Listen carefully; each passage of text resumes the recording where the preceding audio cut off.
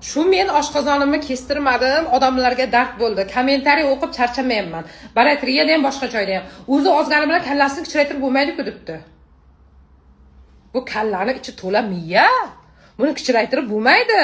Buni ichi g'ij-g'ij aql. Bu kichraymasin. O'zim kichrayaman. O'zim kichrayib, takoy nijniy bo'laman. Kallam katta bo'ladi, o'zim kichkina bo'laman, qo'g'irchoqqa o'xshagan bo'laman. Bo'yim ham baland emasmi, ha? 170 nechidir, 180 deymi? Kallam kichraymaydi, ha. Hamma o'zi olsa ham kallasi kichraymaydi deb yozadi meni.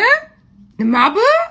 Nima deysizlar, Kallam kichraymaydi, kallani kichraytirib bo'ladimi? Izolyatsiya qilyapsizlar hozir meni, ha? Keyin eriga yoqish uchun shu azoblar bormidi? O'ziga ne uverin ayol ekan deb yozib tashyapsizlar. Erim taylab ketuvmidi meni? Oshqozon operatsiya qilishimdan oldin erim taylab ketuvmidi? Oldin ham bor edi, yuristlarim. O'ldirasizlar,